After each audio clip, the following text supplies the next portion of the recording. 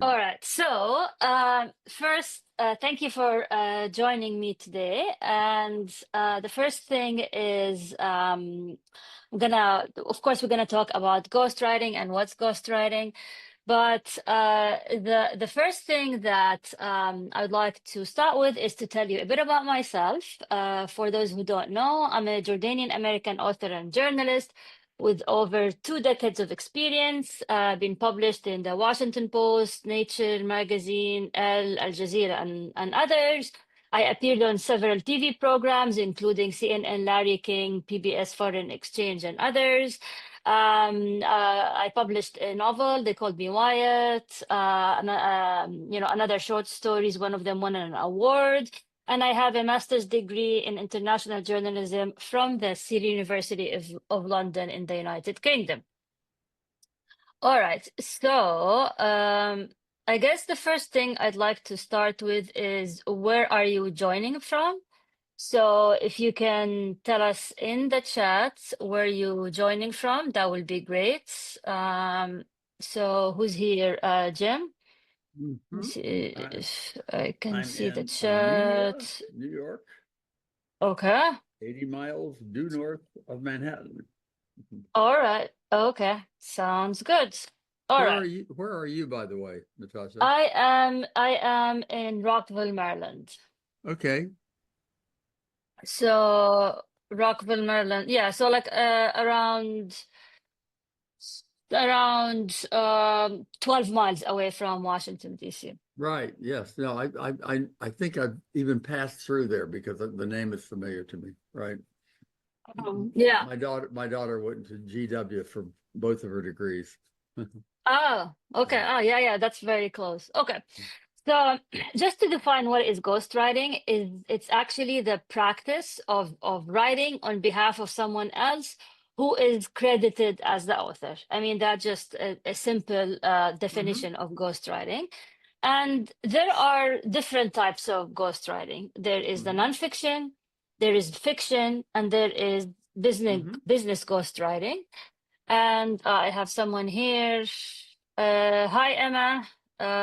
Nice to see you joining us. Uh,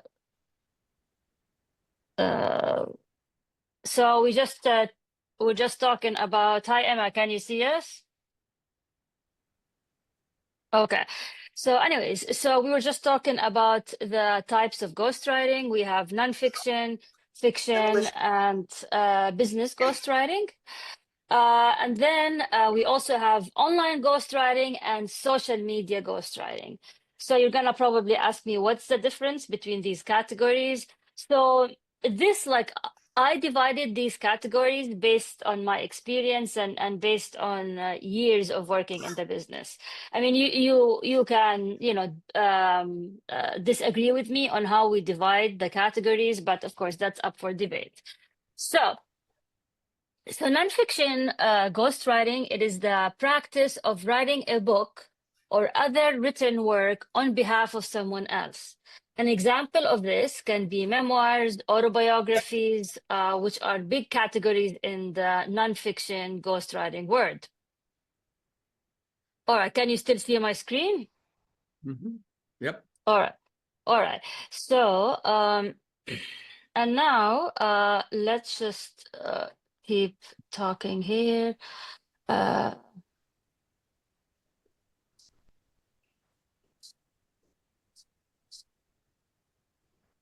Okay.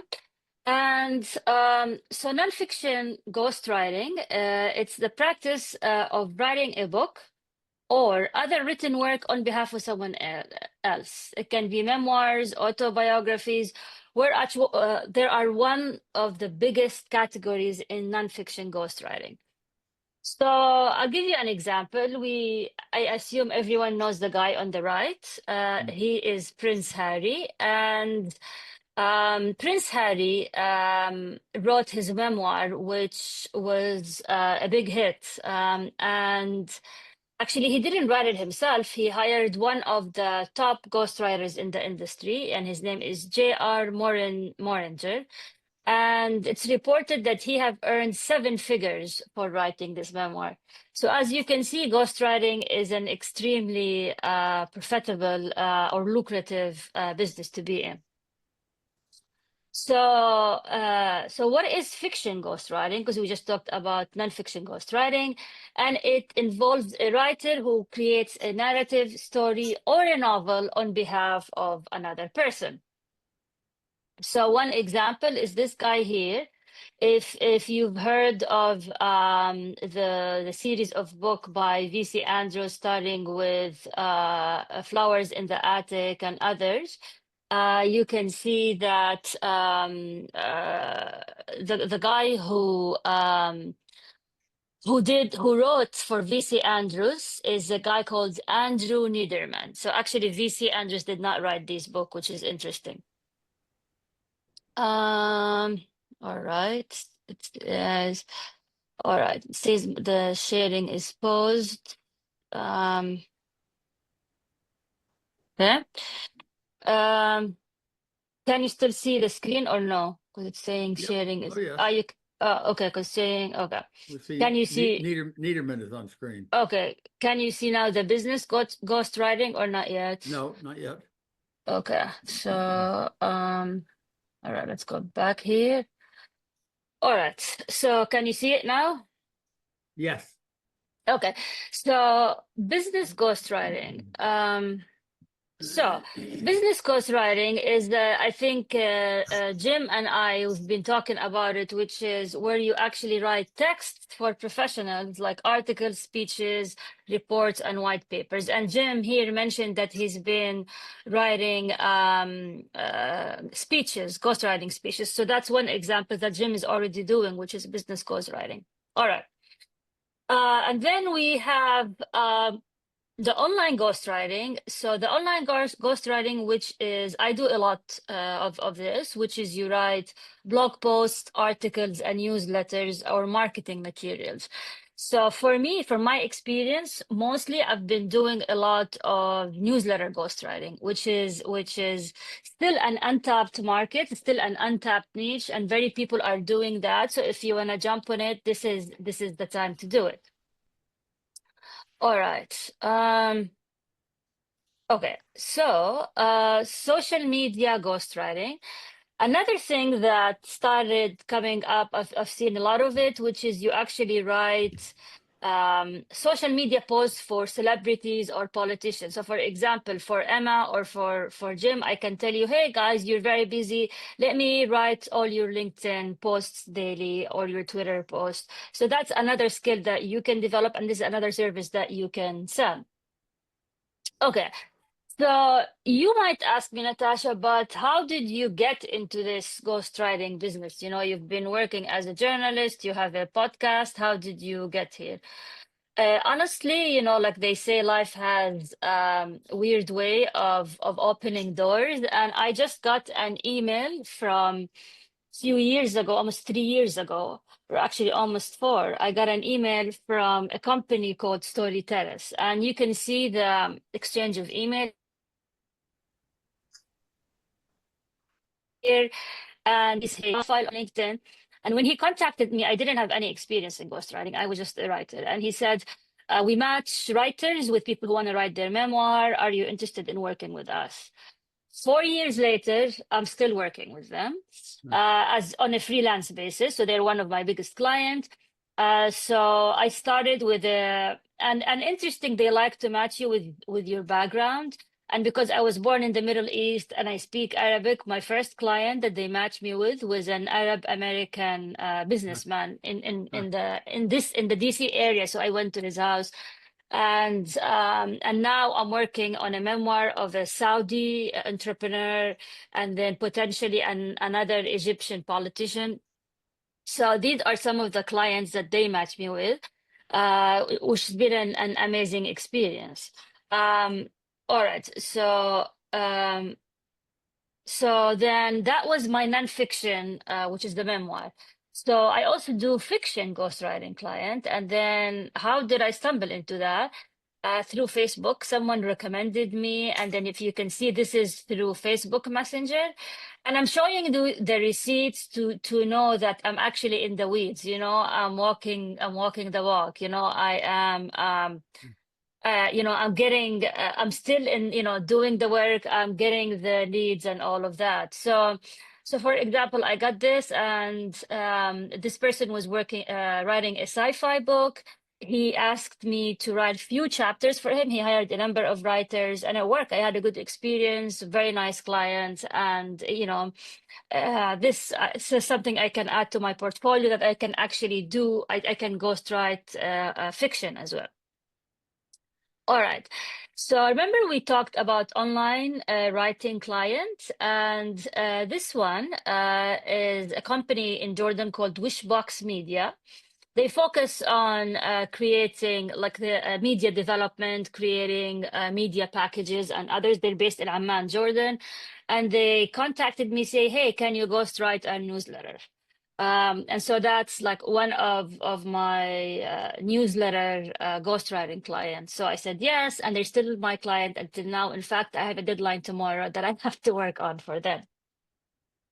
So, and when I showed you all of this, the reason I'm telling you this is because my ghostwriting now, according to QuickBooks, which is my booking software, it actually makes up to 80% of my income. Great. So that is the bulk of how I pay the bills. And the rest of the 20% would be like selling courses or publishing articles or speaking engagement and others. But that is where the bread and butter of my work became. And as I said, I stumbled upon it. When I first started my solopreneur business, I did not know how to come up with a monetizing strategy, and somehow the ghostwriting strategy proved to be the best one.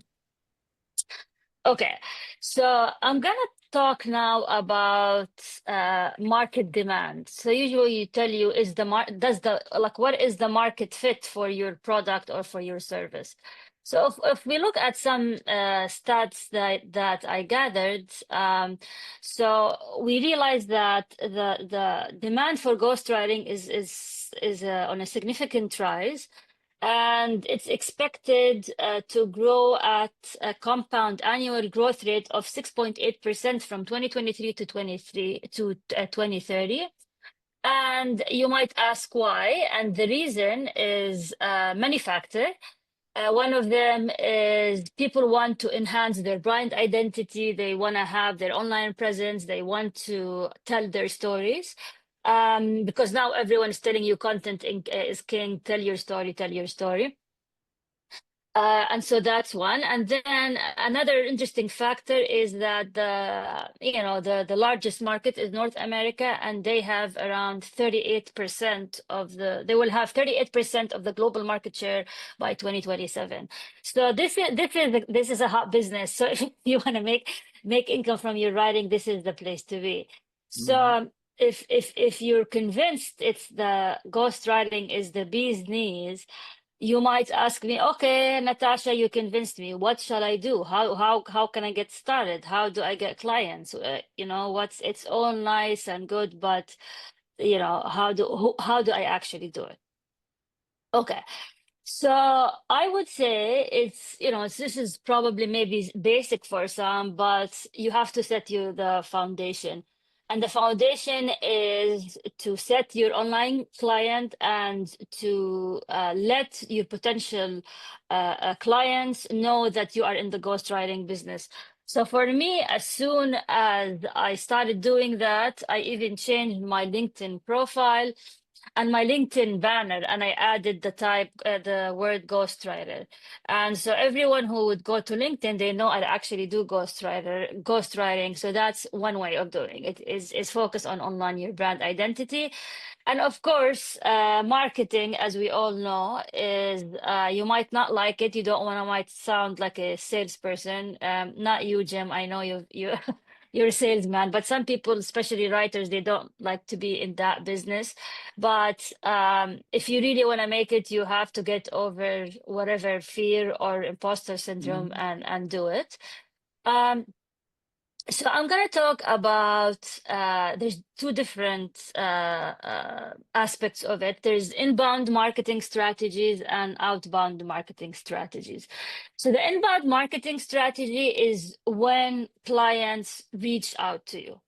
So this, for example, I wrote an article called Lessons Learned from Writing Newsletters to Clients. And this was published, and then a year later, I get an email from someone who Googled newsletter ghostwriter and stumbled upon this article and contacted me. So this is one example how you push out content and it brings people to you. So this is some example of the people that reach out to me as I just put them in one slide. And then you, of course, you're gonna tell me, Natasha, the chicken or the egg. If you're just starting in the course, you can say, shall I, do start with ghostwriting? How can I start advertising my ghostwriting business? If I do not, if I have not done it before, what comes first? I would say just start small, start advertising it. You can just start by offering being a social media ghostwriter. So you don't have to start writing books from the beginning. You can just start by offering LinkedIn posts or Twitter or X posts or others. So that is one way of overcoming the barrier of just starting. Another way is newsletter, of course. If you're actually very serious about creating a ghostwriting business, you need to nurture your leads. You need to send them updates on what you're doing. You need to send them offers, stories, give them value, give them tips. And this way you can keep nurturing the leads and creating that business. And then you say, okay, but how do I get subscribers to this newsletter? There are, many marketing techniques. One of them is to create a lead magnet. And a lead magnet is I offer ebooks for free, and I can tell people, okay, if I wrote a book about how I use writing to pay my bills. If you get that book, I'll give it for you, the book for free. In return, I just need your email address. So actually, people pay with their email address. When you have their email address, then they join your newsletter, and then they become part of your tribe. And if they don't like it, they can always unsubscribe. But your fan, your leads, your potential clients are gonna stay and they want to see what you offer. So this is one way of you capturing the leads. Because remember, you cannot just depend on social media. People like and retweet, but you don't have any access to them. At any minute, you can lose all of that. Like TikTok shuts down, you lost all your fan base. So you have to make sure you collect all the emails of the people that you interact with. All right. So now we talk about the outbound marketing strategy. What is the outbound marketing strategy? And this is probably really hard for some people, and it was hard on me as well, because what you have to do is send cold pitches or cold DMs to people that you identify that you think might be a good, like a good client or a good lead that they have a problem to, and you can solve their problem. So for example, the problem that I solve for people is people want to write their memoir, they don't have the time, they don't have the skills, they're scared. So I come and I solve this problem for them. So I'm gonna share with you a real life example of where is it? Can you see it? No, this one. Uh, huh? Okay. So you see this. This is a real life example, and this was sent as a DM on LinkedIn. And I sent it for a very one of the top media personalities based in Dubai. And why did it was a cold outreach. So I know this person. I met them in Dubai. I know them from the community. But I realized that this person has a very high media position in the Middle East, and their story, I think their story needs to be told, and it would make for an interesting book. So I just DM'd him and I said, "Hi, I wanted to reach out because I've been thinking about how your unique journey could make for an incredibly compelling memoir. As someone who's ghostwritten several memoirs, I believe your experience, insight, and perspective in the MENA journalism and media space would make for an inspiring read. If this is something you'd consider, I would love to chat and explore how we could work together to bring your story to life. Looking forward to hearing your thoughts." What is the result? We signed, and this was the down payment that I received for after she signed the contract. So yeah, so now she is my client, and I'm working on her book. Um, and you might ask me, so what are your pricing? So, because I just showed you the receipt of the price that I received. So I try to keep my pricing along with the market. So if anyone if you do any research, you will find similar numbers to these. So if you like write short articles between 500 to 1,000 words, people can pay you, like, it varies depending on your experience. And Mhm. so from maybe 100 to 800, long form articles can go up to 1,500. Articles or big reports can be up to 3,000, and then books or short ebooks or short books can be like between 2 to 5,000. But now, what about a whole memoir? So I decided, let's ask ChatGPT to see if my prices are within the market reach. Um, so, so people like for a full length memoir, prices can start between 10,000 to 50,000 for a full length memoir. My price is usually in the 20,000 range per project. Um, uh, I'm planning to increase it, but since now I'm like relatively 3 years into this, maybe next year I will start increasing it slowly. But I opted to be in the middle range for now. Others charge per word, and they can charge you up to $3 per word. Others can charge hourly between $40 to $200. Other can ask for a retainer. So it really depends on what kind of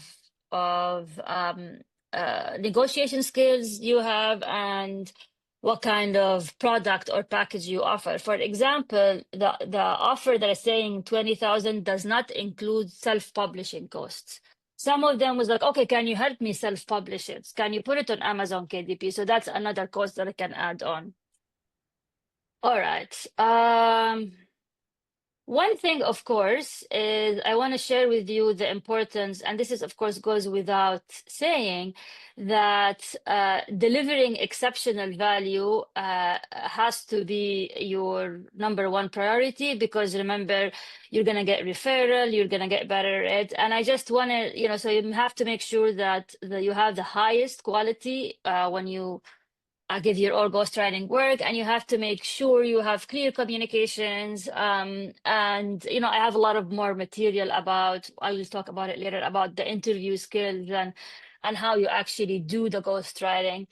But this example is of she is a 90-year-old woman, or 92, Jim, and she asked me to write her memoir. So I did that, and she really liked it, and she actually because she's old school, and she sent me a card in the mail thanking me for all the work, which Good. I really appreciated, Yeah, I like because that. I still keep it with me, and I like, it's just a sign of how Hmm. ghostwriting can change people's lives. Hmm. So all right, so let's go here. So if you wanna scale your business, and if you wanna expand your offerings, my advice is to think of it as a real business and not like just a freelancer. And the way I did it is I registered my business as an LLC, and this would help you actually outsource and hire others. So my plan, hopefully by next year, I would actually turn my ghostwriting business into an agency, because eventually I cannot write 5 books at the same time myself. So I'm gonna hire another. I already have an editor that I hired, but I'm gonna hire a couple of 2 writers to work with me. So whereas I will probably do the interviews where I collect all the information I recorded, and then me and the other writer will work on the chapters, because that's if you wanna scale your business, and having an LLC would really work for you to outsource and write off for taxes and others. And of course, you can offer related services besides that. For example, I offer courses and other material that help me supplement my income. And so for example, I offer, so what you heard today is like maybe one 10% of what I offer in my actual course, which is a recorded course. And I'm giving anyone who attend the seminar today a special offer. Just I'm selling it only for $50 for 3 days. So let me know if you're interested, and I can send you the link, and I can email you the link as well. Again, the offer is only for 72 hours, and it can, you can get to the course, and where I discuss more strategies, proven pitch templates. I also talk about the actual tools. So what tools I use, how I record the interviews, how I turn the written material into a book, and so on and so forth. And so I also now want to open the door for questions. If you have anything we can discuss, I am happy to discuss with you. Much of it, of course, it's not, I started out as a writer, earning money as a copywriter, in advertising. So I was the bottom of the bottom. I couldn't see the bottom rung of that imaginary ladder that we're supposed to climb up. I was earning so little in New York, and I was in New York City with no allowance from home. I Wow. remember when a quarter was an important piece of money. Oh, wow. Wow.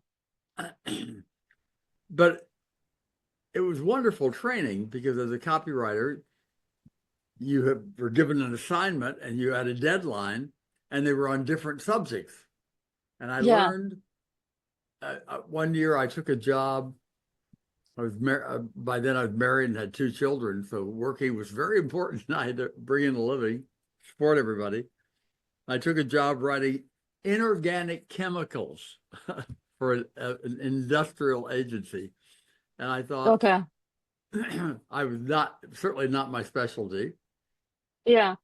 But what I discovered is that there are no boring products, there are only boring writers. And I That's had a true. very, very good time doing that. I learned a great deal about taking something that is unfamiliar to you, and you analyze it, and you look at the market, because you're always, whenever you're writing, you must remember you're writing for a specific audience. And so you've got to Yeah. write for them, not to suit yourself, and not necessarily even to suit the person that's hiring you, but to Yeah. say, who do we want to reach, and how do we want to reach them?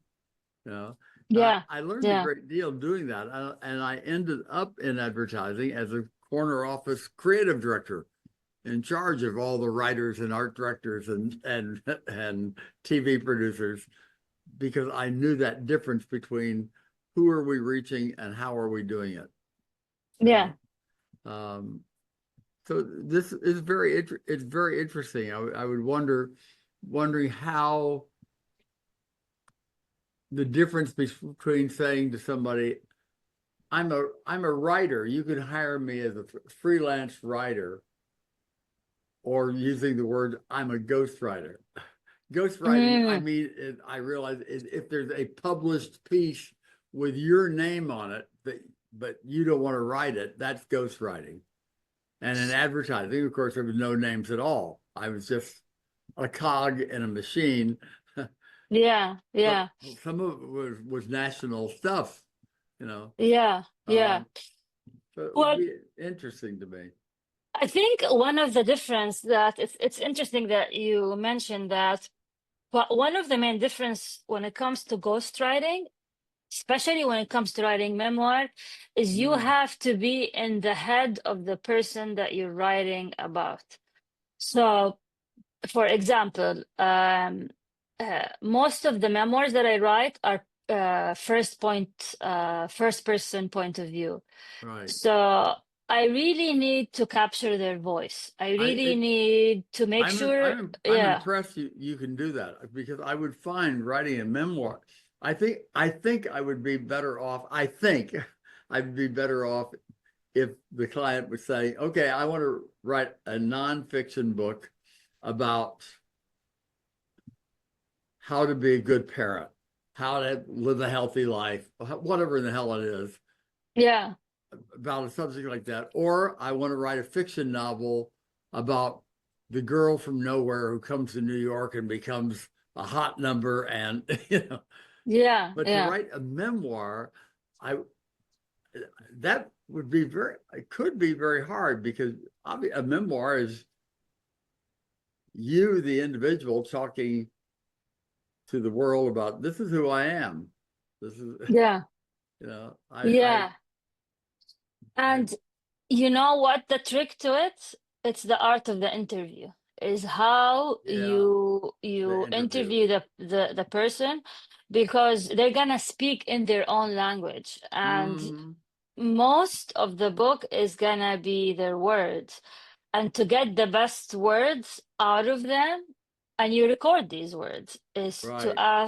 to ask the good questions, to make sure you get the good stories, and also to make sure that you kind of rein them in when they go off on a tangent and they talk about things that you don't think would merit to be put in the book. So for me, the actual writing is not the hardest part. I think the hardest part is conducting the interview sessions. Yeah, Uh, but in writing, you must, at that point, you're not writing in your voice, you're writing in their voice. Correct, So you correct. really have to have that Yeah, yeah, speed. I and mean, I've written both exactly. fiction and nonfiction, so I know the difference, because Yeah, my yeah, nonfiction are very personal. They're like, "Hey, Natasha, let me tell you this." yeah, yeah, You know, exactly, for the exactly. fiction, I'm writing fiction.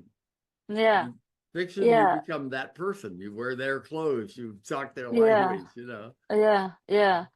Um, yeah, and but like one way of doing that is the way I do it is you involve them in the process from the beginning. So the way I do it is first we agree on the outline. Like after we finish all the interviews, we agree on the outline, and then I send them a sample chapter and for them to agree on the voice. If they Right. think, ah, okay, this captured Yeah. my Right. voice, then we'll get started. Right. But A if they sample think chapter is like, good. yeah, and then there are different, voice, the persona, and then you have to figure out who is the persona, right? So there's different kind of ghostwriting persona. So there is people who are the casual. There are the people who like to use curse words. There are people who are like very professional and like elegant. There are Right. the so it is hear them talking and then assessing their persona as well would help you capture their voice. So it's like it's also about understanding human characters and understanding behavior. Yeah. Of course. Um, but it comes better by time. The more you do it, the better you get at it, and the better you get at capturing this voice. I'd love to read. I'd love to read two things by you. I'd like to read. You've written a novel. Yeah, What's the title of the novel? they called me Wyatt. I can They called me what? Wyatt. Okay. Wyatt. And okay, I can put the link here in Okay. the in, Because I would like to read that, and then I'd like to read a, either a short memoir or something of yours that you wrote for somebody else. Yeah, for sure. So here it is.